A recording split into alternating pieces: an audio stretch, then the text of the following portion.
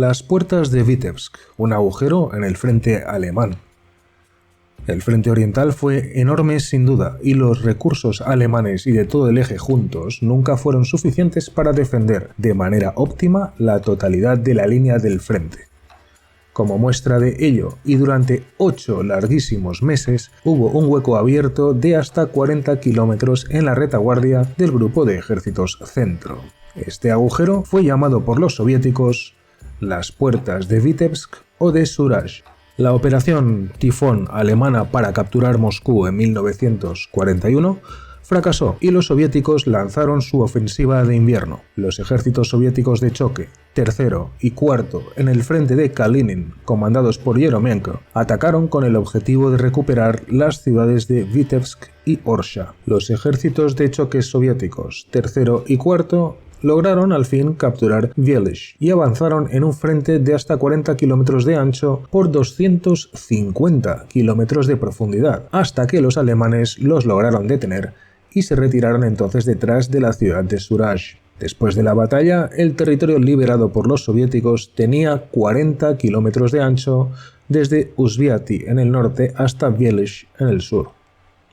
Este territorio estaba en la frontera de las áreas de responsabilidad del grupo de ejércitos norte alemán y el grupo de ejércitos centro también alemán.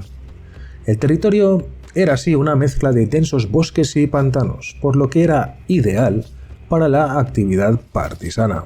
A medida que pasaban las semanas y los meses, y los alemanes no parecían estar muy interesados en desplegar tropas adicionales para cubrir este frente, los guerrilleros liberaron poco a poco pueblo tras pueblo hasta que crearon su propia zona guerrillera de hasta 1.600 kilómetros cuadrados en la llamada Surashchina.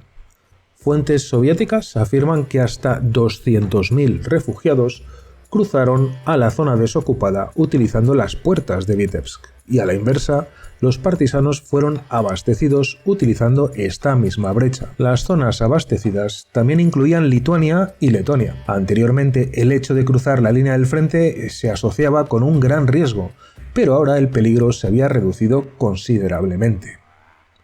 Pero a ver, los alemanes no cerraron las puertas de inmediato por varias razones que os voy a enumerar. Simplemente carecían de efectivos después del final de la Operación Barbarroja, la Operación Tifón y la ofensiva de invierno soviética. Esta ofensiva soviética había creado muchos puntos donde los soldados alemanes estaban rodeados, desde Vyazma hasta Rjev, incluido el gran caldero de Demiansk y la ciudad de Holma. La logística infernal de la zona, principalmente bosque y pantano, de pronto se convertiría en un gran lodazal en la Rasputitsa de la primavera de 1942, también dificultaba las cosas. Además, ni el grupo de ejércitos norte ni el grupo de ejércitos del centro querían asumir la responsabilidad de este área que solo tenía una buena carretera a lo largo del río Dvina hasta la ciudad fortificada y controlada por los alemanes de Vitebsk, por lo que los soviéticos no atacaron. La logística fue terrible así para ambos lados. Inicialmente parece que el mando político y militar soviético no se dio cuenta de las posibilidades que creaba la puerta,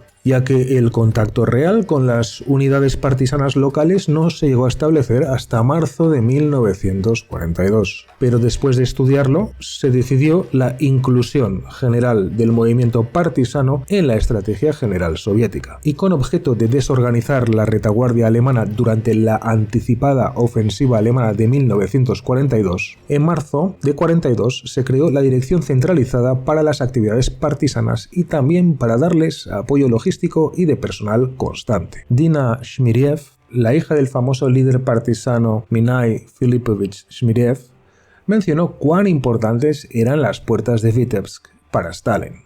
Y cito: en el verano de 1942 recibió a los líderes del movimiento partisano en el Kremlin, entre los cuales se encontraba Minai Shmiriev. Incluso se pintó un cuadro del artista soviético Modrov que se llamaba Partisanos en la recepción de Stalin. Minai Shmiriev fue invitado a ver a Stalin al día siguiente. El comandante en jefe se dio la mano y pidió un informe sobre el estado de los asuntos partisanos. El viejo Minai dijo que llegó a Moscú a través de un corredor en el frente, es decir, a través de las puertas de Vitebsk. Stalin exigió ver un mapa y después Minai Shmyriev le mostró la ubicación de la puerta y le dijo que en el área de Suraj los partisanos habían formado una región partisana libre de los nazis, donde trabajaban los consejos de las aldeas y las granjas colectivas, abasteciendo en lo que podían al ejército rojo. Y Stalin así quedó muy complacido. Y cierro cita. Por lo tanto, los flancos de estas puertas fueron así defendidos por unidades regulares del Cuarto Ejército de Choque Soviético. En el norte, en el área del pueblo de Uzviaty, y desde julio de 1942, la 47ª División de Fusileros de Nevelsk se ocupó de la zona. En el sur, cerca de la ciudad de Velizh, había soldados de la 51ª Brigada de Fusileros comandada por Fiodorov y soldados de la 249ª División de Fusileros comandada por Tarasov. No hubo un frente continuo a lo largo de la carretera de Velizh a Uzviaty. Solo se realizaron patrullas, ya que los alemanes no tenían ningún efectivo allí. Dentro de las mismas puertas, los partisanos defendieron la línea por el sur con la primera brigada partisana con alrededor de hasta 2000 personas desde su base que se encontraba en el pueblo de Tarasenki, a 20 kilómetros de Velizh, y el pueblo de Kulakovo, a 35 kilómetros de Vitebsk. En el norte, solo unas 600 personas de la segunda brigada partisana de Bielorrusia defendieron el área alrededor del pueblo de Chershny, al sur de Uzviat, hasta la estación de Ezriche, en el distrito Mejovsky.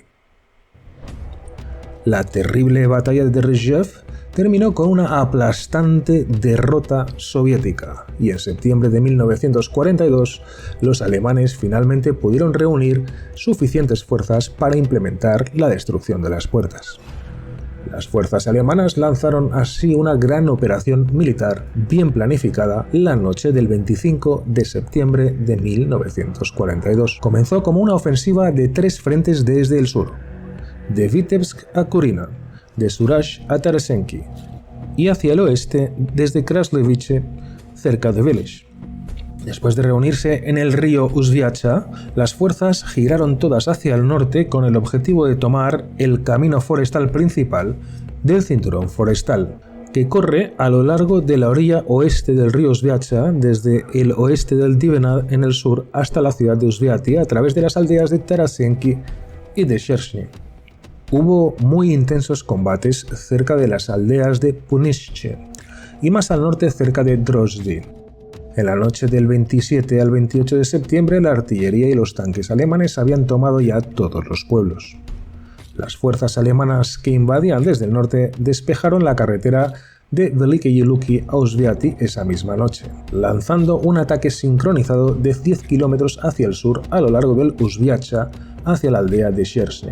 Las fuerzas alemanas capturaron las aldeas alrededor de la zona de Chershny al día siguiente, uniéndose a la fuerza que atacaba desde el sur y cerrando la puerta de Vitebsk. Quemaron varios pueblos en una expedición punitiva por toda la zona circundante. El 34º Regimiento de la 47ª División de Infantería del Ejército Rojo en Uzviaty, en el norte, fue atacado por los alemanes el 30 de septiembre, pero se mantuvo firme a pesar de las bajas. Un monumento a los partisanos caídos en combate fue erigido en 1977 cerca del pueblo de Zapolye.